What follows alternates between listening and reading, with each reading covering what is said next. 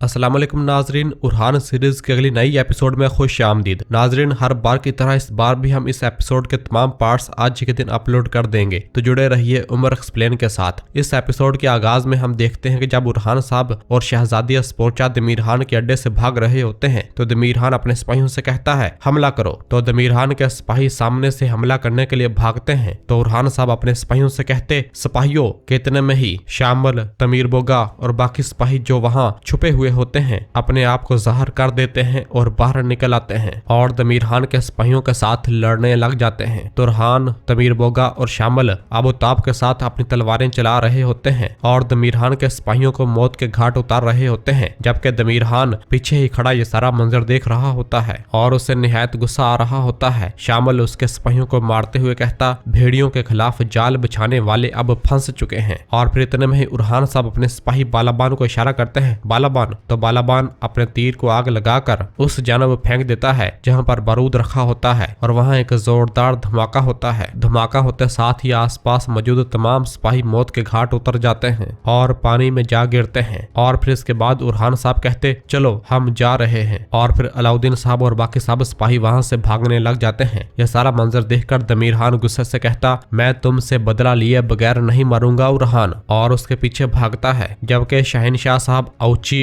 और दिलेजे साहब भी वहां से रवाना हो जाते हैं। और फिर इधर उरहान साहब, शहजादी स्पोर्चा, अलाउद्दीन और बाकी सब सिपाही वहां से भागते हुए आगे आ रहे होते हैं तो मुस्तफा उनके सामने आ जाता है और कहता है इस तरफ मेरे सुल्तान, हमने सब कुछ तरतीब दे दिया है। और फिर उरहान सिपाहियों से कहते सिपाहियों आने वालों का इस्तकबाल करो चलो। और फिर उरहान साहब वहां से रवाना हो जाते हैं, जबकि अब्दुर्रहमान, तुरान, शामिल और तमीर बोगा पीछे आने वाले सिपाहियों का खात्मा करने लग जाते हैं और सबको एक एक करके मौत के घाट उतार देते हैं।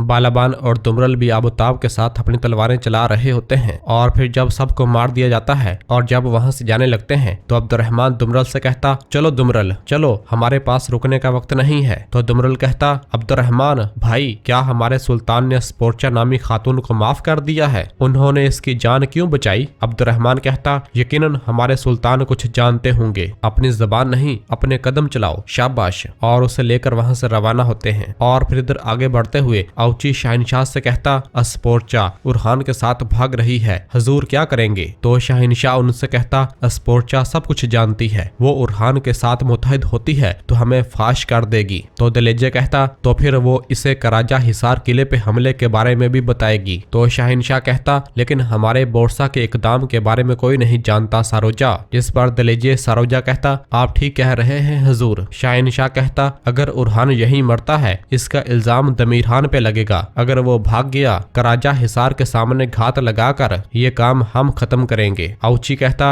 अगर हम जल्दी से काम करें तो बोरसा हमारा है हुजूर। तो शहनशाह कहता उरहान उरहान, इसने मजलिस पर धावा बोलकर और इस आग को शुरू करके पहले ही तीर म्यान से निकाल फेंका है, लेकिन अब तीर किसके साथ हिसाब चुकता करता है हम देखेंगे। चलो। और सब वहां से रवाना होते हैं। और फिर इधर उरहान साहब, शहजादी स्पोर्चा और बाकी सब जब भाग रहे होते हैं तो शहजादी स्पोर्चा को बहुत ज्यादा सांस चढ़ जाता है और वो एक जगह रुक जाती है। उसे इस तरह देखकर अलाउद्दीन साहब उरहान से कहते भाई, क्या ये कमजोरी नहीं है कि ये खातून हमारे साथ हो और ये हमारे हर कदम से बाखबर हो? उरहान साहब कहते नहीं अलाउद्दीन, इसे एहसास न हो तब भी वो हमारी जंजीर में है, इसके पास कोई नहीं बचा, अब से ये वही काम करेगी जो हम कहेंगे। चलो। और सब वहां से आगे की जानब रवाना हो जाते हैं।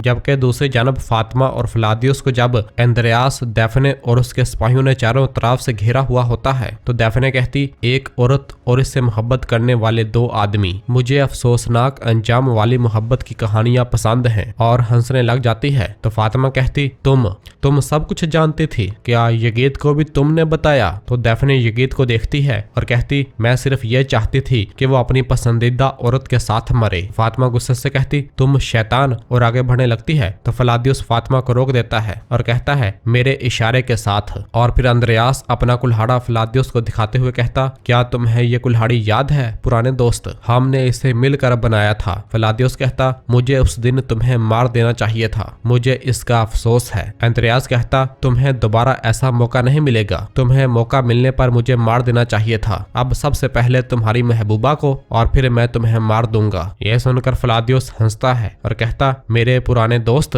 जबकि इस दौरान वो अपने पाँव से अपनी तलवार को उठाने की कोशिश करने लग जाता है और कहता, हमेशा की तरह तुम दोबारा मुझे हल्के में ले रहे हो, और अपनी तलवार को अपने पाँव पर रख लेता है और एकदम टांग ऊपर करके अपनी तलवार पकड़ लेता है और एंड्रियास के सिपाहियों पर हल्ला बोल देता है। फातिमा भी उनके साथ लड़ने लग जाती है। कुछ सिपाहियों को मार देने के बाद वो पीछे की जानब भागने लग जाते हैं तो एंड्रियास पीछे से गुस्से से कहता, फलादियोस, और अपने सिपाहियों से कहता है, इनके पीछे जाओ, और उनके सिपाही उनके पीछे भागने लग जाते हैं। जबकि फातिमा और फलादियोस जंगल की जानब निकल जाते हैं और यगीत वहीं का वहीं पड़ा रह जाता है। इधर दीदार खातून अपने सिपाहियों के हमरा अपने बेटे को ढूंढ रही होती है और बहुत परेशान दिखाई दे रही होती है। उसे एक जगह पर कुछ निशानात मिलते हैं। वो निशानात को देखती है और सिपाहियों से कहती है, सिपाहियों इस तरफ चलो, जल्दी करो, और सब उस निशानात के पीछे भागने लग जाते हैं। जबकि दूसरी जानब नीलोफर खातून हलीमा भी अपने सिपाहियों के हमरा फातिमा खातून को ढूंढने के लिए निकल आती हैं और आगे बढ़ते बढ़ते एक मकाम पर आ पहुंचती हैं और फिर नीलोफर अपने घोड़े से नीचे उतरती है और निशानात का ताकुब करने लग जाती है। हलीमा कहती, भाभी मुझे बहुत डर लग रहा है, अगर हम वक्त पर ना पहुंच सके तो।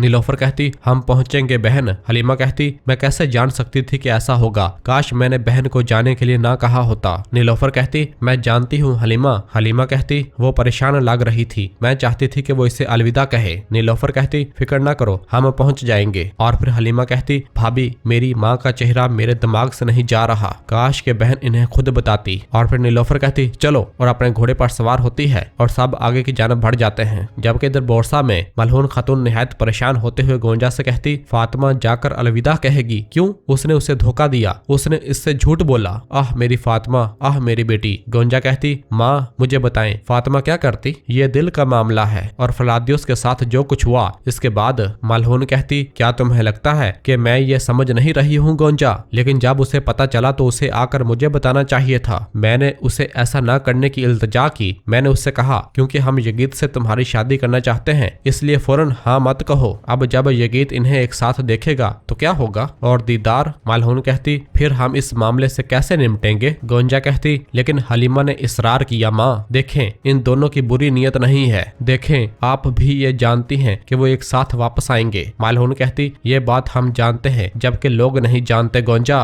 वो मेरी बेटी पे भागने का इल्जाम लगाएंगे, उस्मान साहब की बेटी, सुल्तान उरहान की बहन। और फिर कहती है, गलती उसकी नहीं मेरी है, मैंने अपनी बेटियों को हर चीज से सबसे बचाया, लेकिन मैंने उन्हें इनके अपने दिल से महफूज न रख सकी। गोंजा कहती, नहीं माँ, और उसके गले लग जाती है और कहती, ऐसा मत कहें। जबकि दूसरी जानब उरहान साहब, शहजादी अस्पोर्चा और बाकी सब समुद्र के किनारे पहुंच जाते हैं। कितने में ही मजीद बाकी सिपाही भागते हुए उनके सामने आ रहे होते हैं, जिन्हें देखते हुए उरहान साहब कहते, सिपाहियों आने वालों से निमटो। और अस्पोर्चा से कहते हैं, अस्पोर्चा तुम मेरे साथ रहोगी। और फिर शामिल आगे बढ़ते हुए कहता है, तुम अहमक गाफिल आदमी मेरे पास आओ। और फिर शामिल, तुरान, दुमरल, बालाबान और बाकी सब सिपाही उनसे लड़ने लग जाते हैं। उन सब को मौत के घाट उतारना शुरू कर देते हैं। उनके दरमियान थोड़ी देर लड़ाई जारी रहती है और वह बहुत ही जल्द सबका काम तमाम कर देते हैं। और फिर अस्पोर्चा उरहान साहब से कहती, इन गद्दारों को देखो, जिनके साथ में एक ईमानदार और बहादुर दुश्मन के खिलाफ खड़ी थी। और फिर इस दौरान पीछे से ही बालाबार भागता भागता आता है और कहता है, मेरे सुल्तान, वो हमारे पीछे हैं, वो हर जगह हमें ढूंढ रहे हैं। दुमरल उन्हें देख रहा है, वो हमें इतला दे देगा। और फिर अलाउद्दीन साहब कहते, चलो दरसून, चलो अब अपनी काबिलियत दिखाओ। और फिर उरहान साहब अस्पोर्चा से कहते, चलो हम यहाँ से जा रहे हैं। और सब वहां से आगे की जानब भागने लग जाते हैं। और फिर इधर जब दमीरहान के सिपाही उरहान साहब के पीछे आ रहे होते हैं तो दरसून उनके सामने आ जाता है और कहता है, सिपाहियों उरहान उस तरफ गया है, मेरे साथ चलो। जबकि दुमरल भी छुप कर बैठा उन्हें देख रहा होता है और दरसून तमाम सिपाहियों को दूसरी जानब ले जाता है। यह सारा मंजर देखने के बाद दुमरल वहां से उठता है और उरहान साहब के पीछे रवाना होता है। इधर उरहान साहब और बाकी साहब मुसलसल आगे की जानब भाग रहे होते हैं तो दुमरल भागता भागता उनके पास आ जाता है और आकर बताता है, दरसून ने हमारे पीछे छोड़े गए सिपाहियों को दूर कर दिया है। तो उरहान साहब कहते, खूब, चलो हम यहाँ से जा रहे हैं। खलील कहता, मेरे सुल्तान, हमारे घोड़े करीब ही हैं। और सब घोड़ों की जानब बढ़ते हैं। और नाजरीन इसी जगह पर एपिसोड खत्म करते हैं। मिलते हैं बहुत जल्द अगली एपिसोड के साथ। वीडियो को लाइक कर दें और जिन दोस्तों ने अभी तक चैनल सब्सक्राइब नहीं किया वो जल्दी से चैनल सब्सक्राइब कर दें और बेल आइकन यानी घंटे वाले निशान को भी प्रेस कर दें ताकि आने वाले एपिसोड्स आपको आसानी मिल सकें। दुआओं में याद रखें। अल्लाह हाफिज।